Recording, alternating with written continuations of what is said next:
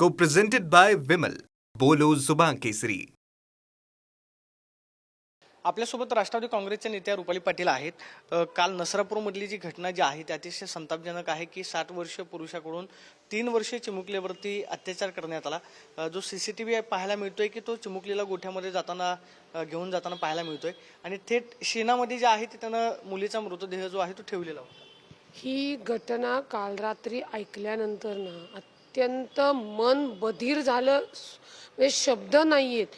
3 आणि 4 वर्षाच्या मुलीवर अत्याचार करताना त्या मुलीला काय वाटलं असेल, म्हणजे तिला जाणवलं पण नसेल की हा 65 वर्षाचा माणूस आपल्यासोबत काय करतोय. एक सांगू का की ठीक आहे, आता गुन्हा दाखल होईल, फास्ट ट्रॅकवर होईल, पोलिसांनी सांगितलं 15 दिवसात त्याचं चार्जशीट जाईल, पण ही विकृती थांबवणार कोण आहे? हे कोण थांबवणार आहे? कारण का 12-13 वर्षाच्या आतमधील मुलींवर जे अत्याचार होत आहेत ती खूप मोठ्या प्रमाणात वाढलेले आहेत आणि ते पुणे जिल्ह्यासारख्या, पुणे शहरासारख्या जर भागात होत असेल तर मला वाटतं कुठंतरी आत्मचिंतन प्रत्येकाला करण्याची गरज आहे.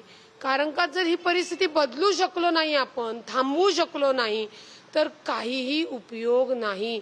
आज त्या 4 वर्षा मुलीचा अंत्यसंस्कार होईल.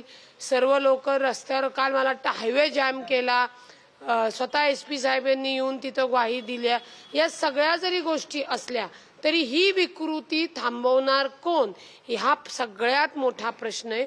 माझं सरळ म्हणणं आहे, तो 65 वर्षाचा इसम, मला जी माहिती मी घेतलेली आहे, पहिल्या गुन्ह्यात सुद्धा त्याला जस्ट जामीन मिळालेला आहे आणि तो भर दुपारी आजीकडे आलेल्या लेकरावर जर अशा पद्धतीचा कृत्य अपराध करत असेल तर मला वाटतं त्याला जागेवर कायद्याच्या बाहेर जाऊन शिक्षा देणं गरजेचं आहे.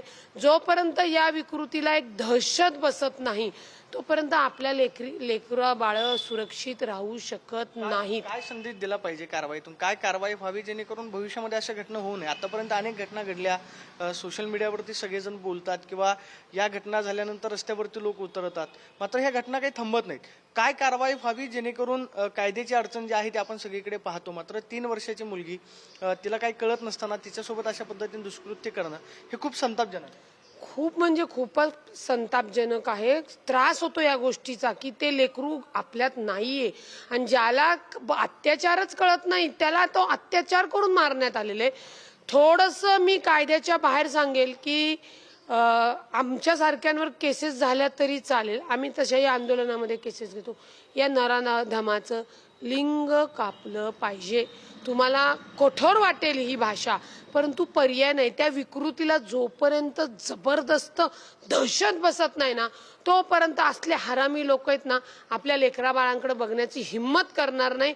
म्हणून एक आई म्हणून माझं मत असे की त्या माणसाचं ज्या विकृतीवर त्यांनी हे कृत्य करण्याचं धाडस केलं तेच त्याच्याकडे नसेल तर होऊ द्या ना यातनं त्याला सुद्धा त्या, आणि मारू दे ना त्याला पण ठेचून. हो, त्याच्यावर काय गुन्हे दाखल ज्या लोकांवर करायचे तिथं आपण ज्या पोलिसांना किंवा मुख्यमंत्र्यांना म्हणतोय की तुम्ही यांच्यावर कठोर कारवाई करा, तर त्याच्या उलट मी म्हणेल की या विकृताला मारल्यानंतर आमच्या सारख्यांवर गुन्हे दाखल करू नका. कारण का त्याच्याशिवाय ही विकृती आटोक्यात येणार नाही. तर दुसरा पर्याय स्थानिक पोलीस, स्थानिक लोकप्रतिनिधी, स्थानिक समाज कार्यकर्ते, कार्यकर्ते या सगळ्यांनी एकत्र येऊन आपला परिसर, आपली गल्ली नजर ठेवली पाहिजे. CCTV कॅमेरे ठेवून, म्हणजे दारामधलं आजीकडे आलेलं लेकरू खेळता खेळता तो इसम नेतोय, तोही 65 वर्षाचा. अहो, अन्नच खातो ना. आज त्या 65 वर्षाच्या इस्माला तुम्ही एकीकडे अन्न द्या, एकीकडे शेण द्या. शेण पण नाही, शेण मी म्हणते त्या गोमातेचं चांगले आता बोलू नये, पण गू द्या. तो अन्नच खाणार ना हो. मग त्याने आमच्या लेकरावर ही वाईट विकृती का करायची? त्याला कुठेतरी काहीतरी होतंय आणि त्याचं डोकं फिरलंय किंवा त्या विकृतीला तो जर आमच्या लेकी बाळी खाणार असेल, मारणार असेल, तर त्या माणसाला मारणंच गरजेचं आहे. हे मी थोडं कायद्याच्या बाहेर सांगतेय, एक लोकप्रतिनिधी म्हणून बाहेर सांगतेय, पण आता माझ्यासारख्या आणि माझ्यासारख्या अनेक लोकांकडं याशिवाय पर्याय नाही.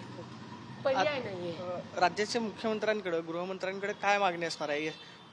पुण्याचे जे पोलीस अधीक्षक आहेत त्यांनी आवाहन केलेलं आहे की ही घटना जी आहे ती फास्ट ट्रॅकवरती लवकरात लवकर आमच्याकडून चालवली जाईल अशा पद्धतीचं आश्वासन दिल्यानंतर काल त्यांनी हायवे जो आहे तो मोकळा केला. हे बघा, एक तर कायदा आहे, कायद्यामध्ये सगळ्या गोष्टी संविधानाने घटनेने होणार. 15 दिवसात जरी आरोपपत्र गेलं, फास्ट ट्रॅकवर त्याला 1 वर्षाच्या आत शिक्षा लावणार आहेत का हे आम्हाला SP साहेबांनी सांगावं, कारण का पूर्ण तपास त्यांच्या अंडरमध्ये असणार आहे.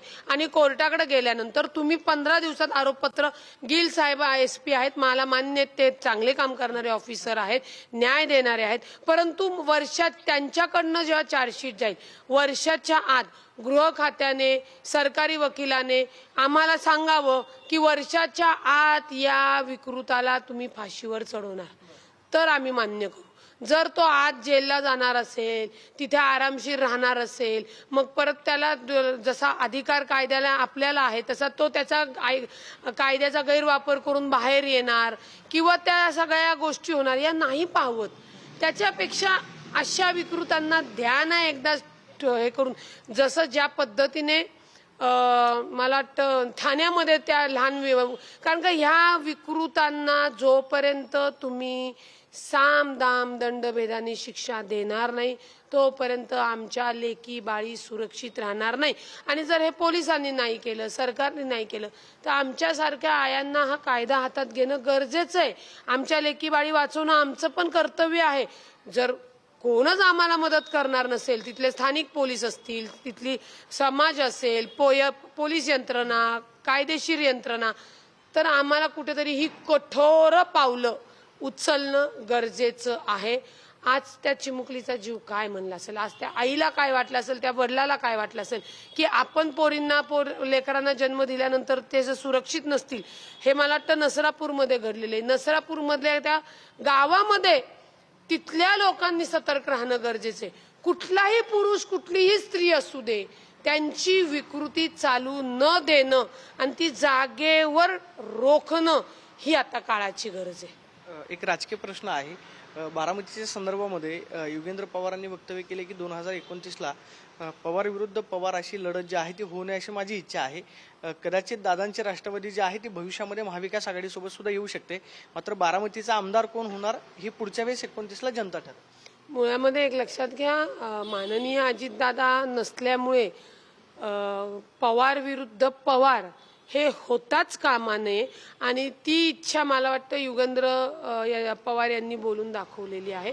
आणि राष्ट्रवादी काँग्रेस पक्ष, ज्याचे आत्ता राष्ट्रीय अध्यक्ष सुनेत्रा वहिनी आहेत, तर त्यांचे सर्वस्वी तो निर्णय घेणार आहेत की बाबा त्या महाविकास आघाडी सोबत येणार आहेत, नाही येणार आहेत. परंतु मला ही खात्री आहे की माननीय अजितदादांच्या विचारावरच माननीय सुनेत्रा वहिनी निर्णय घेतील, कारण का अजितदादांचे शिवशाहू फुले विचार, त्याच्यानंतर तुम्हाला स्वर्गीय यशवंतरावांचे विचार, त्याचप्रमाणे लोकांमध्ये त्यांचं असलेलं काम, या विचारावरच माननीय सुनेत्रा वहिनी निर्णय घेतील आणि तोच निर्णय सर्वांना अपेक्षित आहे. त्यामुळे युगेंद्र पवार यांनी त्यांचे काका गमावलेले आहेत. एक लक्षात घ्या की जेवढी मोठी महाराष्ट्राची हानी आहे तेवढी मोठी त्या कुटुंबाची हानी आहे, सुनेत्रा वहिनींची हानी आहे, पार्थ जय यांच्या म्हणजे यांचे वडील होते त्यांची हानी आहे, रोहित दादा युगेंद्र पवार यांची हानी आहे. त्यामुळे या अचानकपणे दादा गेल्यामुळे जो काही धक्का बसलाय, आज 3 महिने झाले सावरलं नाहीये कोणी. प्रत्येक जण एकमेकांना कुठेतरी थोडासा पाठिंबा किंवा हातभार देते सावरण्यासाठी. तर येणाऱ्या काळात राष्ट्रवादी काँग्रेस पक्षाच्या दोन्ही म्हणजे घड्याळ असेल तुतारी असेल यांनी माननीय अजितदादांच्याच विचारावर निर्णय घ्यावा अशी आमच्या कार्यकर्त्यांची मागणी आहे.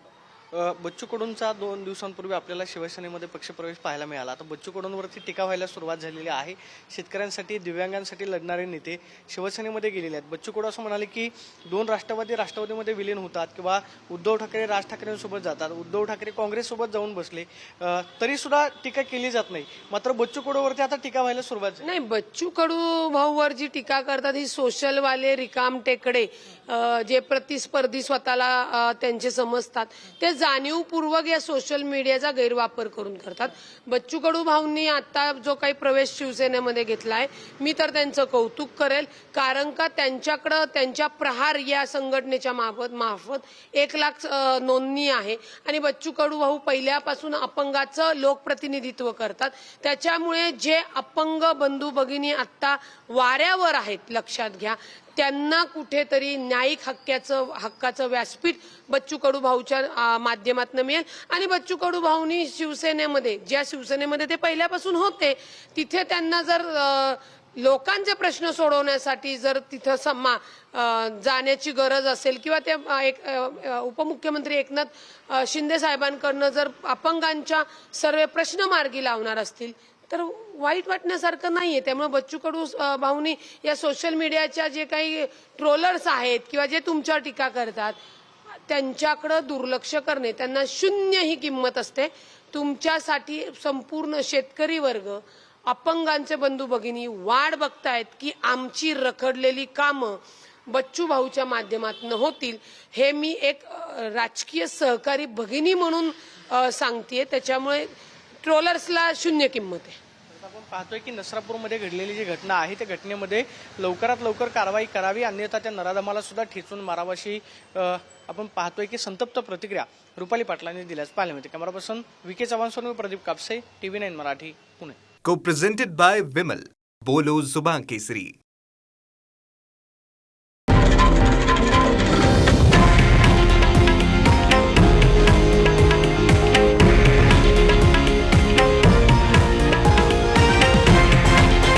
हे आहे देशातील नंबर 1 न्यूज नेटवर्क आणि आपण पाहत आहात TV9 मराठी, एकमेव.